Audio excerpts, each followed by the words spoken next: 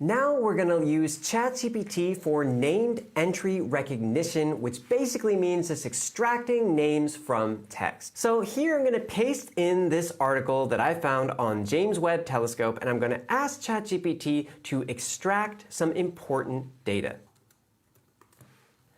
So as you can see, I asked ChatGPT to extract names, dates, and location from the following text, and here we go. This was a pretty long text, and right away we have all the names written out here, all the dates written out here, and all of the locations written out here. This is way quicker and way easier to look at and understand than this is. This is just one specific example of how you can use this function, but you can let your imagination run wild. You can use this for research. You can use this for new products that are coming out that you don't want to have to read everything about. You can use it for manuals of how things work online and just extract the important things. Maybe your competitor drops some new article or some new product and you just want to know the important pieces of information to you.